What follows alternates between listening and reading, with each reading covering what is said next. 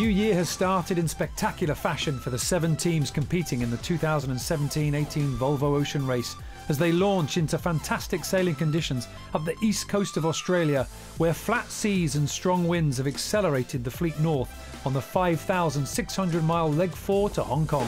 Let's push on forward. Nobody cares how tired they are about diving. When battle-scarred Team Axonobel struggled for speed early on, skipper Simeon Teampoint and his crew sailed further offshore, away from the main pack, who were hugging the coastline. Finding better breeze and more favourable current, the crew of Team Axonobel soon found themselves near the front of the pack, chasing down early leg leaders Dongfeng Race Team.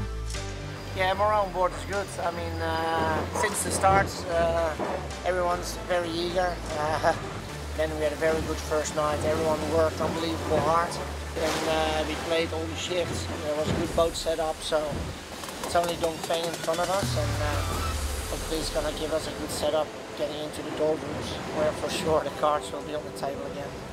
After substituting in 4 new crew for leg 4, Bauer-Becking and Team Brunel continued to struggle to match the leading boats for speed, a worrisome trend that has persisted since the start of the race, despite numerous changes on board.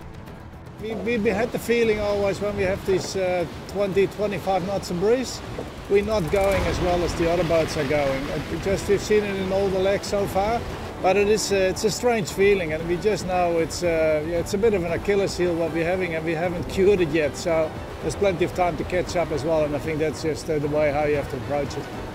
3 days after the start, leaders Dongfeng Race Team continue to fend off relentless attacks by Team Axonobel. Vestas 11th Hour Racing held on to 3rd, with newly appointed substitute skipper Mark Towell leading the way. While the Spanish team Mafre struggled early on due to a series of poor tactical decisions out of Bass Strait. But the overall race leaders soon found their groove and were once again pushing hard for the lead. Did you get the position report? Axonobel second, 2.6 miles. Third, Mafre 7 miles behind. Ouais, je les aime bien. Ils vont un peu trop vite. And we've been making gains on the last couple of scans on the leaders. You know, sort of 4 or 5 miles at a time. So, you know, hopefully on the 24 hours, and we can close the deficit down on the leaders. Slowly get back into this race. Just under a week into leg 4, D. Kafari and Turn the Tide on Plastic find themselves in unfamiliar territory, chasing down the head of the fleet. With world record-setting navigator Brian Thompson on board for the first time in the race, the multinational team continue to chip away at the leaders. We've got a yacht race going on, and we're in the middle of it, which is so nice, because historically on the other legs, by now we've dropped off everything, and it's putting pressure on, because now it's critical decisions to make the right decision to stay where we are. But all good so far. After 1 week at sea, the fleet passed the Solomon Islands, charging north in trade wind conditions. But the leading group soon expanded to include 5 boats, separated by less than 6 miles, including overall race leader Mafre. Well, it's true, we've been in this situation before, leg 2, leg 3. We've been behind Dongfeng and trying to catch them all the time. And it's happening again, no? Of course, we know they are a very strong team.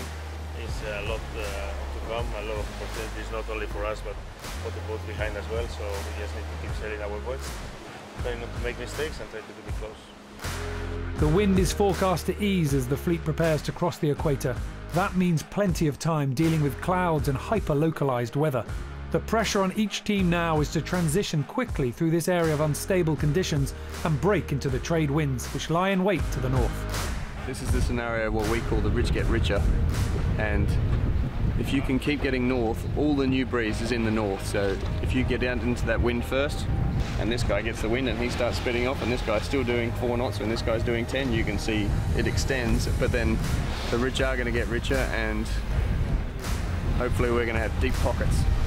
With the front pack less than 10 miles apart and struggling in under 2 knots of breeze, it's anyone's guess as to which boat will emerge from the doldrums first and take the lead.